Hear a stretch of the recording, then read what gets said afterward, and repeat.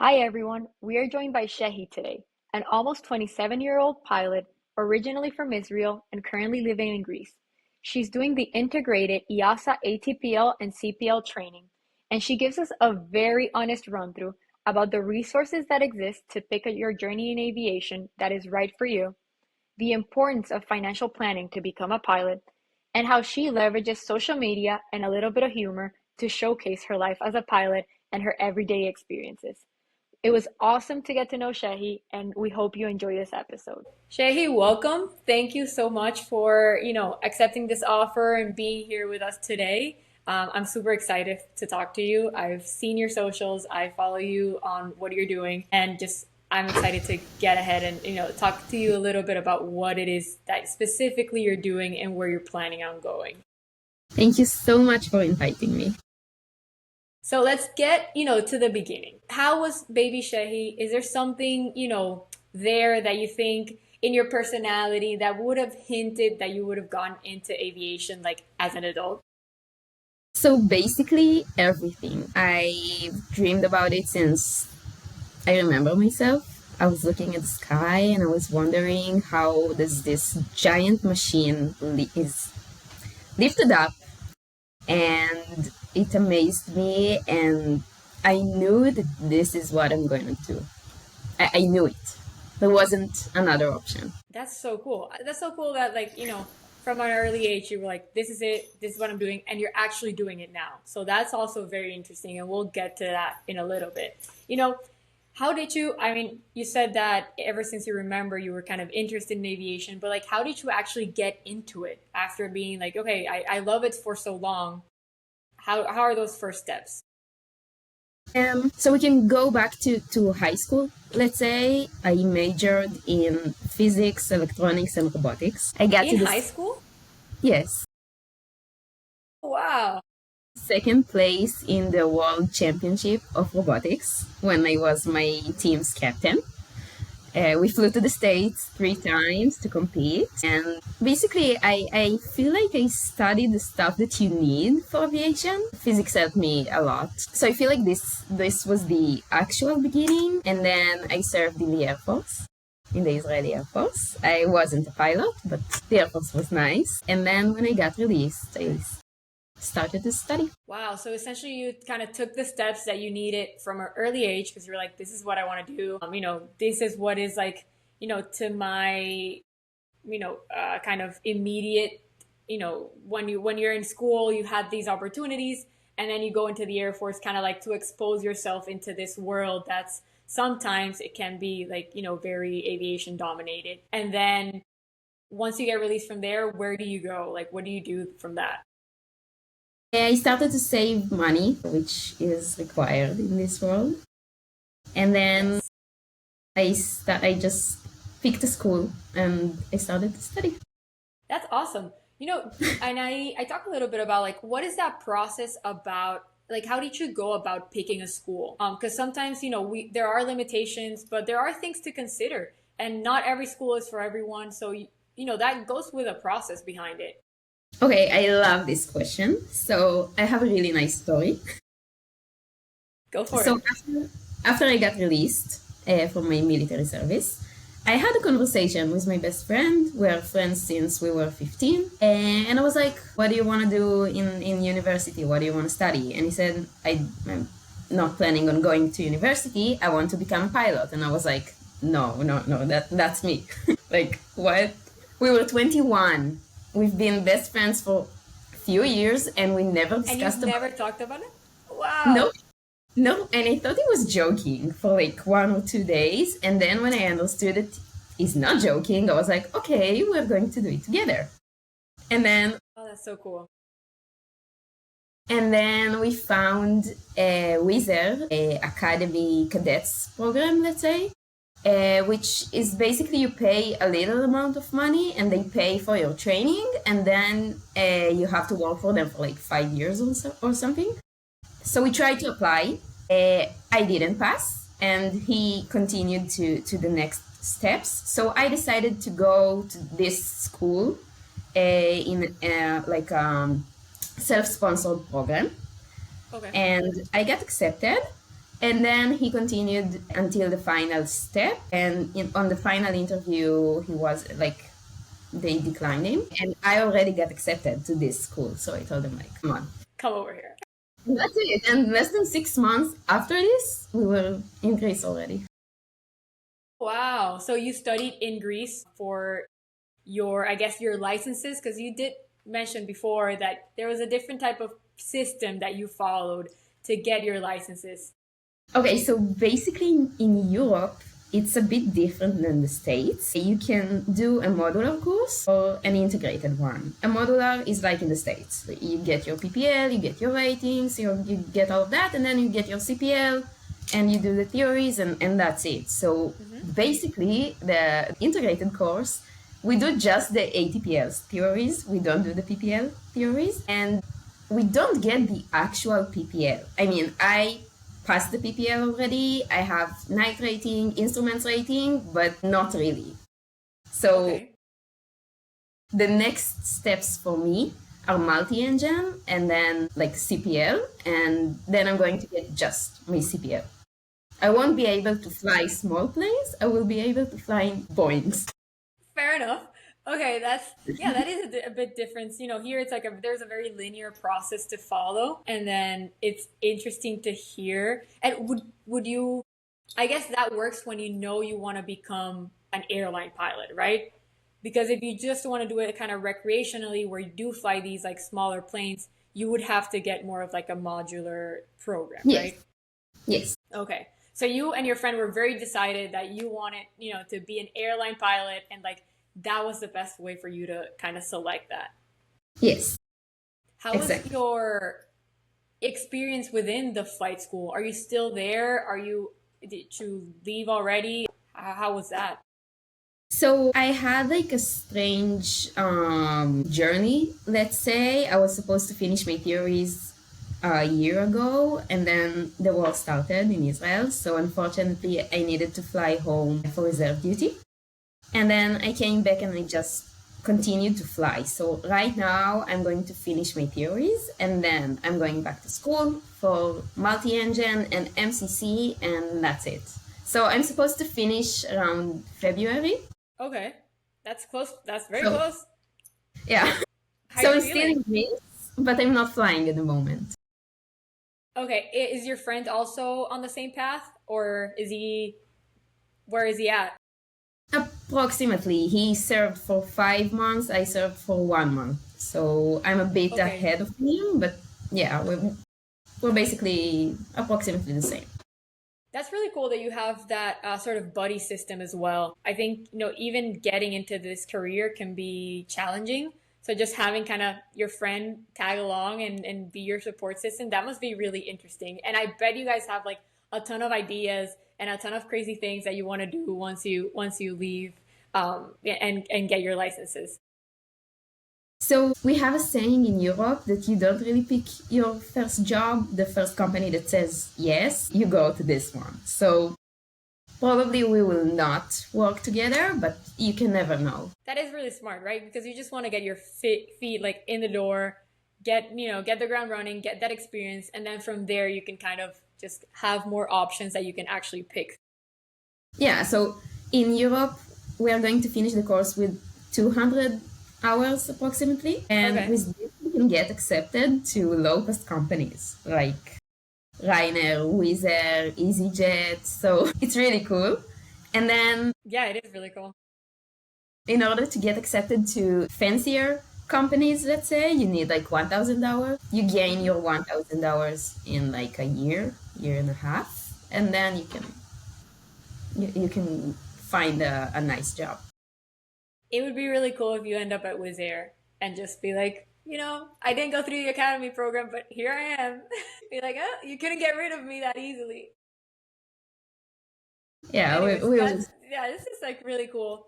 And I guess you had mentioned, you and your friend are kind of helping people as well who want to become pilots because again, it's not like the same mold fits for everybody. It depends on like your goals, it depends on your budget, it depends on a lot of different things. Can you talk a little bit about what you and your friend are building around that and kind of how you help people out in those specific based on your experience?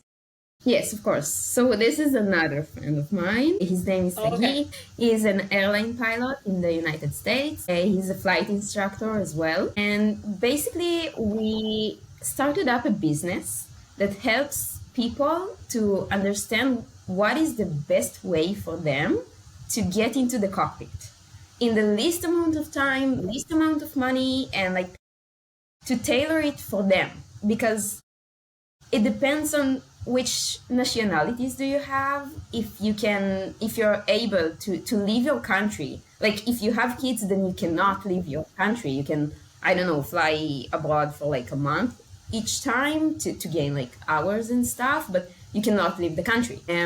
Well, so it depends on your budget. So we provide like a consultation conversation to tell you where to look. We don't provide like specific school. Oh, you should go to this one. You should go to this one. No, Okay. we're just telling you. Okay, you have a European passport. Cool, go to Europe. What is your budget? Look, this one, or this one. Like we help people to just start to understand what they're supposed to do. So Okay. Sagi is specialized in the States. I'm specialized in Europe, and Hmm. that's it.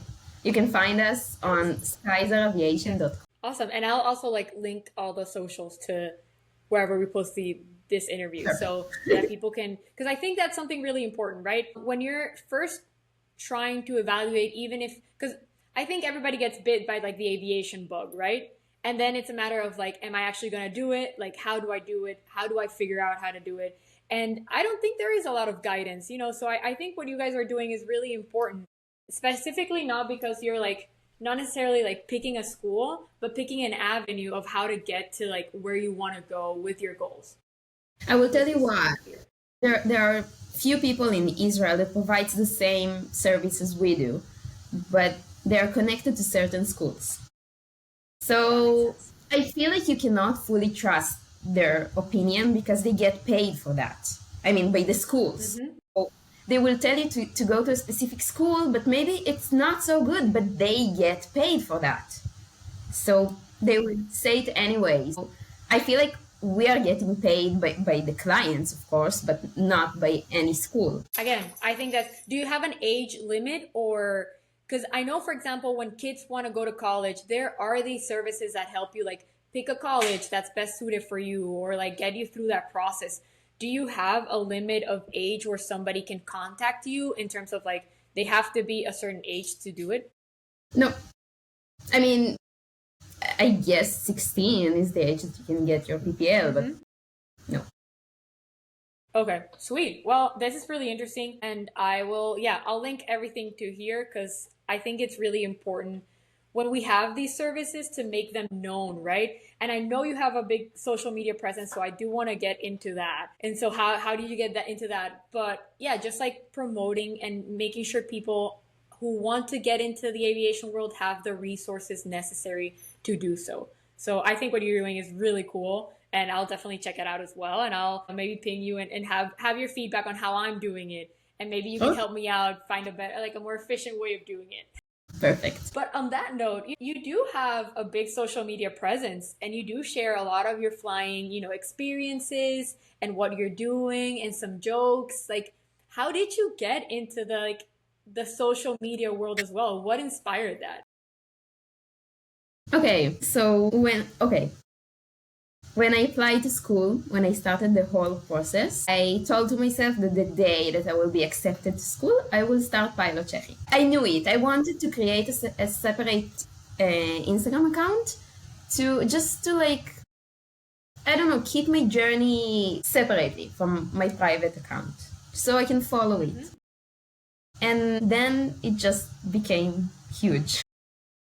It blew So up. right now I have 24,000 followers, which is insane. It's That's insane. crazy. I wasn't planning on that, but I feel like it didn't start from this point, but I feel like right now I just Okay. want to inspire people to let people know that if you really want it, you can make it. And I feel like I'm posting lots of stuff that are mainly funny, but they're funny for They people who are are. in They are great. this world as well. So it's a win-win. I agree. And that's also really important. And it speaks a lot to like this momentum of like female pilots and how interested people might be and how interested, the new generation that's coming up might also be. So you're like a reference point that there. I always speak when I wanted to work at NASA, like all I followed were astronauts and like their accounts. And at that point there weren't like any TikToks or like reels and things like that. But that was like an easy access point that from wherever I was, in high school, I was already kind of consuming that media, so might as well consume a media that was like tailored to what I was interested. So I think you are a very good reference and just like what you've been able to accomplish in like this short amount of period of time. And it is funny. I gotta say, there are a lot of accounts there that show experience and like pilot experience, but you have a little comedic twist that I enjoy a lot. Thank you. Thank you so much. You know, how do you balance like, being in aviation and creating this social media content and just like how do you handle it? I just feel like I'm doing it because it's fun. I don't feel like I need to really balance it. I mean, I drink my cup of coffee in the morning and I scroll on Instagram and I get ideas and I edit videos and I go to the airport and I take the videos that I need. And I just feel like it's fun. And the moment you do something you enjoy, it's not like a job or something. So I don't feel the need to balance it. Okay, no, that's fair enough. That's a really good answer. And I guess it also speaks to like how passionate you are about aviation, I think. Because you're using this as like a communication channel basically. Like this is what I'm Yeah. doing. This is how cool of a world it is. And I enjoy it so much that communicating it is just like one of the aspects of it. Because sometimes people are like, I'm a pilot, I'll fly, and don't really like worry about anything else, right? But now I think the job is evolving and these type of things are not mandatory, but they are definitely an incentive and kind of a responsibility to communicate to the new people and like people who want to be interested in it. I don't feel the need to satisfy anyone. Like if I want to take few days off, I'll take few days off. I don't feel the Nice. need, like I'm not chasing to get new followers. I've never paid to Instagram even 1 cent. It's all people who want to follow me. And if they want to follow me, they will follow me. That's it. That's a And great, and I also, guess, no, what? Sorry. no, go for it. Go for it. So I feel like one significant point of specific me on Instagram is that I share everything, not just the good stuff. I share my ups and downs, which is really important because usually on Instagram you don't share your downs. And Yeah, I no. feel like there are lots of downs in this journey, especially in aviation. And it's super important to show people that not everything is perfect. And I feel like nobody is doing that. Yeah, I think you posted like your grades the other day, right? Yeah. And people went crazy. They were like confused on what you had actually gotten and things like that. Okay, so I don't know how it is in the States, but in Europe, we study for the theories by an app that has questions, like Okay. question bank, but it's not an official one. It's based on people's reports. So Okay. I studied for operational procedures, and I Hmm. studied from this app. And then only 5% of the questions in the question bank were in my exam. And it was shocking because usually Okay. it's like 95%. So Wow. I You need passed to call by, the app and be like, hello. I know, I got 78, luckily. 75 is a Nice. pass. So Okay. yes, Right. Good. but still, it wasn't a nice experience. Be like those like when like the teacher teaches like 2 plus 2 and then the exam is like 2000 times 2000 divided by the square root of 3 and it's just like what is going on? So EASA, the European Mm-hmm. authority, is so like the theories are so full of bullshit. I'm sorry, but I had a question in this specific exam, Huh? and it is being kidnapped. Okay, like hijacked. Okay. Sorry, hijacked. Okay. And Uh-huh. who do you need to inform? The authority Okay. that you took off from, the authority that you landed at. This was one answer. Another answer Huh? was this one, and IKEA, and the other two answers I don't remember. Like, who gives a fuck? If I'm going to be hijacked, I'm going to call my mom. So I I didn't love know the that. answer. Honestly, that is the human part of it, right? Like, and so what was the correct answer though? Can you I say? don't know. I still don't know. Okay, so in ASA exams, you need to know the direction of the wind in the winter monsoon in India. Okay, you need to Okay. know the frequency, not the frequency, also the frequency, but the Morse code of the beacons of the ILS. Okay, it's you don't know that Wow. yet. You didn't study for your instruments yet, but it's something that you don't need to know. You just never use it, and you need to remember the Well, Morse codes. So wow. I mean, yeah, I haven't gone there yet, but I'm like, oh, I don't know. How do you go about studying that, right? Because it is like very specific information. Do you have any tips for people who either are studying it now or might be like not like kind of intimidated on it? just study, study, study. When I study for exams, I study from morning until late night. Just study. Yeah, no, that's again a good advice. And obviously, it is a very demanding kind of career. So passion is kind of what gets you through, and then coffee whenever passion is running low. 5 times a day.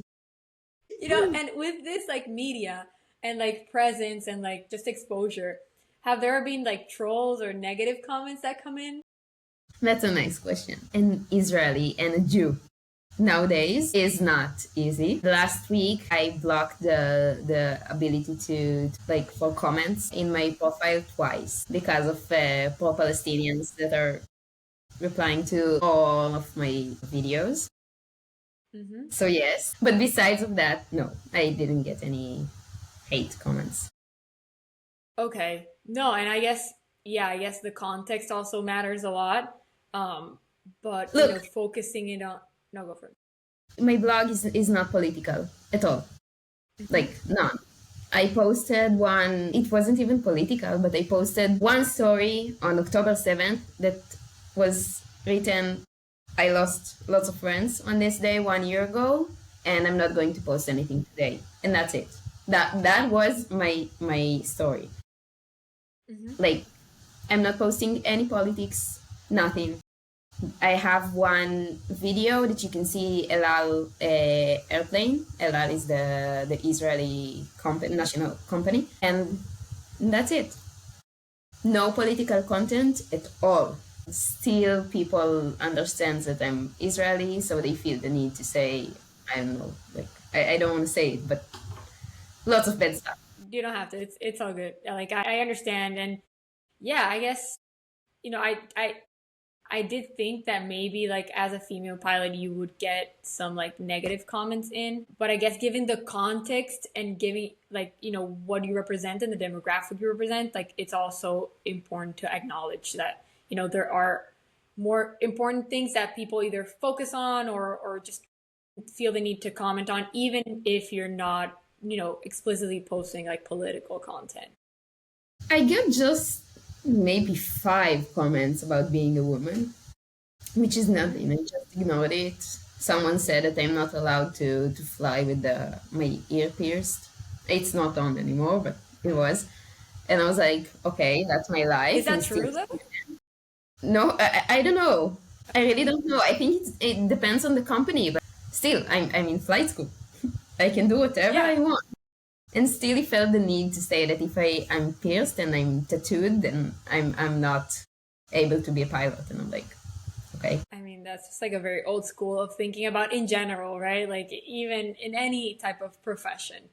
yeah. That definitely shows that like boomer mentality of like this is how it should be and this is how it is and that type of thing. So, I mean, I commend you for just like keeping posting because I think when you start getting hate from any, context from any kind of side of things, the first thing is like you might want to take a step back, you might want to stop doing it, you might want to like not expose yourself, right? Because like you're like I don't need this exposure. You talked about how healthy you kind of manage your page. So just getting this like unnecessary hate from some other people might be like a completely be like, I'm out. Like this is not for me. But you kind of continue doing it and continue posting and sharing.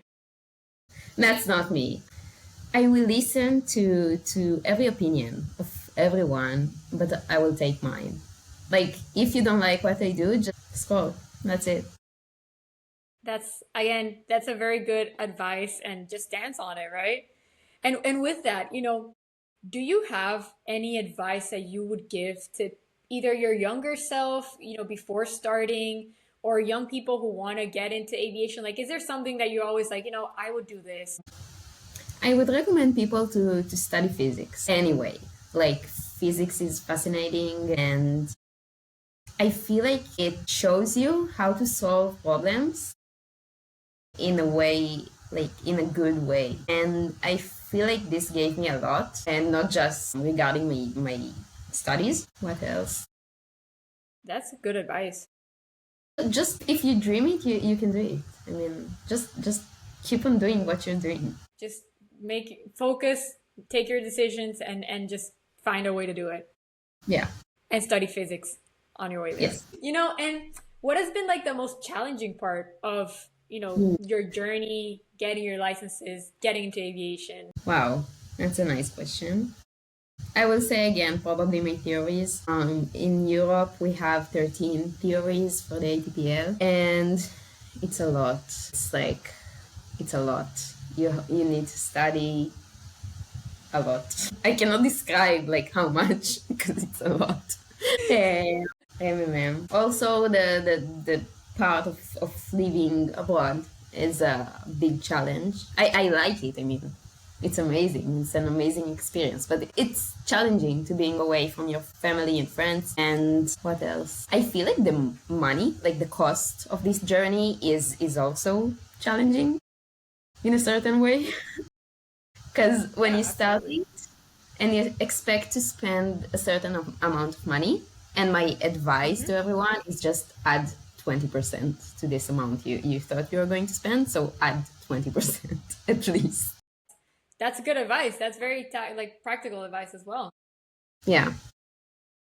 So Well, is there something that surprised you in this journey that you were not the expecting? the cost.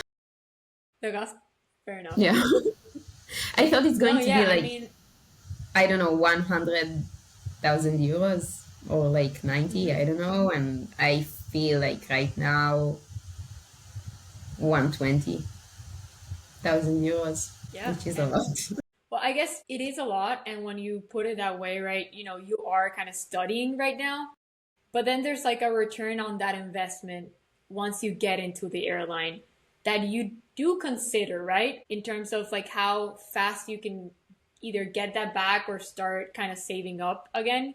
Is that something that maybe like the school prepares you for or guides you through? Like, how do No, you kind of make those decisions of like, yes, I'm investing this amount of money and I'm doing all of the sacrifices that I need to, get it. Either is that's working, I don't know how many other jobs and things like that, but like then I'm gonna make it like in this so amount of time, I'm gonna get that return. in Israel, it's really common to finish your military service and then fly abroad for like 1 year for your big trip, we call it.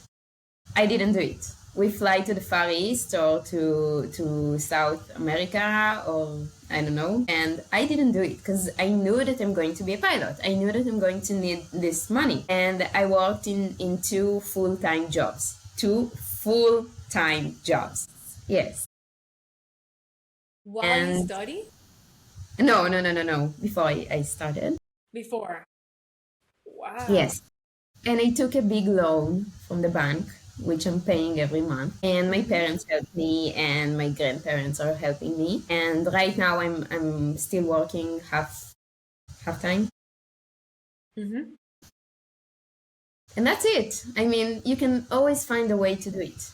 But I mean, yes, I'm trying to save money. I didn't fly for my big trip. I don't know. I didn't ski for I don't know how long. I really like snowboarding. Mm-hmm. it's life. I mean, I'm going to get paid to travel the world, so I'm just waiting.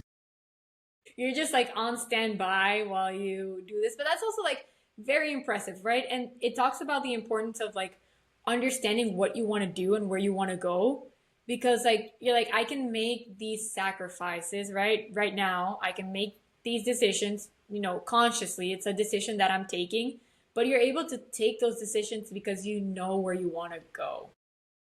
So it's not like you went on this trip and now you're like, oh, I want to become a pilot and I don't know how to figure that out, right? So that speaks a lot about you as a person and you as like organized and goal oriented and kind of that part as well. I feel like if you're not organized and not go, like, if you're not really, if you don't really want it, you cannot do that. You can't. You really need to want to become a pilot in order to complete this course. And plan ahead, it seems like. Yeah. Anyways, that was, yeah, just really interesting. That's a really interesting perspective. Again, I don't think there is such transparency about what it really takes. So I really appreciate your kind of honest take on it and just like, this is the reality of it. This is how much it costs. This is like this. So thank you for that. Look, I'll tell you what, most of the people in my school are very young. They're, I don't know, 18 to 22, let's say. I'm almost 27. I look young, but I'm not really young. I mean, same.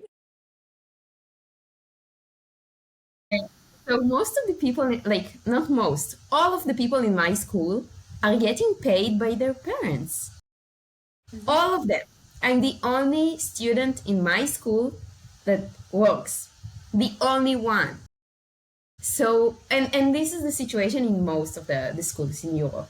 I don't know about other countries, but so, I mean, if my parents would pay for that, yes, I would be able to, I don't know, finish earlier, to be more focused, to do it maybe differently, but that's it. That's it. And this is what I have to do, and this is what I'm doing. And I guess everybody has like their journey, right? And if you want to accomplish something, you just have to understand how to make it work for you and your circumstances and kind of go through that and kind of make it happen if you really want it. Yeah. So that's really cool. I want to move into a few like flying questions. So for example, what's like your must have in your flight bag? What would you always have on you when you go flying? Sunscreen. It's the most important. Yeah, it's the most important product I carry. I apply it in the morning and just before my flight, and it's super, super, super important. Super important. Do you apply like your hands as well? Is that something, or because there's like the driving, right? There's like the driving thing where it's like you need to apply sunscreen or like wear gloves while you drive because you don't really realize and it builds up. But like, do you apply sunscreen on your hands? Most of the times I fly with long sleeves, so it's better. Okay. No, I don't do it. I just put it on my face. How do you balance, kind of the social aspect of being, a 20-something-year-old, women and like being a pilot and working? Like, how do you balance all that? Like, yeah, how do you balance like a social life with it, if any? You don't. I mean, I don't have time for this. Sometimes I go out with my friends on weekends, but basically we study all day long. I mean, well, it's good to have friends that are in aviation, right? Yeah, I'm talking about friends from here. When I fly to Israel, I fly for like 10 days, and then, yes, I'm not working, I'm not doing anything, I'm just with my family and friends, and that's my social life, but it happens every once in a while. So, I mean, we came here to study, so this is what we do. No, I mean, yeah, I understand. I've been there. Yeah, I get it. Have you found any like hacks or things that you do that make your life as a pilot easier? Just like little things. Doesn't have to be like, even do you carry a snack every time or like just small things like that? No. No, you just go. You're ready to go. Yeah. At all times. How do you relax after like long periods of time of like studying or flying, or like what do you do on your downtime? So basically after you fly, let's say Like I just got back from a flight, like a long flight. I go home, I take a long nap of like 2 hours, and then I wake up and I study for tomorrow's flight. That's awesome. A nap is very important to kind of recharge and be like, I'm leaving that flight out there and I'm just gonna like focus on my next thing. Yeah, you need to prepare. Maybe this is You my know, do best you, advice, uh-huh. actually. Yeah, Maybe go for this it. is like just come prepared for your flight, whether it's to make a list of the all the frequencies that you're going to use, whether it's like a special exercise that you're going to practice on, or I don't know, like study your route if you're navigating. Just prepare to your flight. I guess, and that goes for everything you've said. You know, you prepare for your flight, you prepare to become a pilot, you prepare, your goals and what you can do to that. You've been preparing since like high school. So like I think that's a common theme for you and what you've communicated. Yeah, I guess it's true. Do you have any kind of resources that you recommend people look into or reach out, before or who want to get into aviation? I know you have, the company with your friend where you assist people to kind of finding their correct path or the most efficient path that works for them. And do you have other resources or other pages that you follow that are interesting? So I'm going to be cheesy, Captain Joe. Go for it. I feel like he's absolutely the best. He talks a lot about aviation related subjects that are and explains it to people that are not from the aviation world, so it's super nice. I really like it. Other than that, just go to your flight school and download everything they tell you and just study. Yeah, no, honestly, I think that's gotta do it. So I'm in the process of figuring that out. So I agree with you there. We're kind of wrapping it up now, but what's the coolest experience that you've had being a pilot? Okay, that's a nice question. So I have a really close friend. He's a first officer in El Al, and I flew back to Greece. Actually, I flew back to Sofia, and then I drove to Greece. And when we landed in Sofia, it was super foggy. Like you couldn't see 2 meters ahead. So it was an automatic landing. I was in the cockpit. This is why I mentioned my friend, and it was an automatic landing, which is super cool. It's something that is not so common. Like people think that landings are automatically made, but no, it's super manually. And this one was completely automatic, and it was the coolest experience I've ever had. I Wow. wasn't flying the What's aircraft yet, but I was on the jump seat, and it was amazing.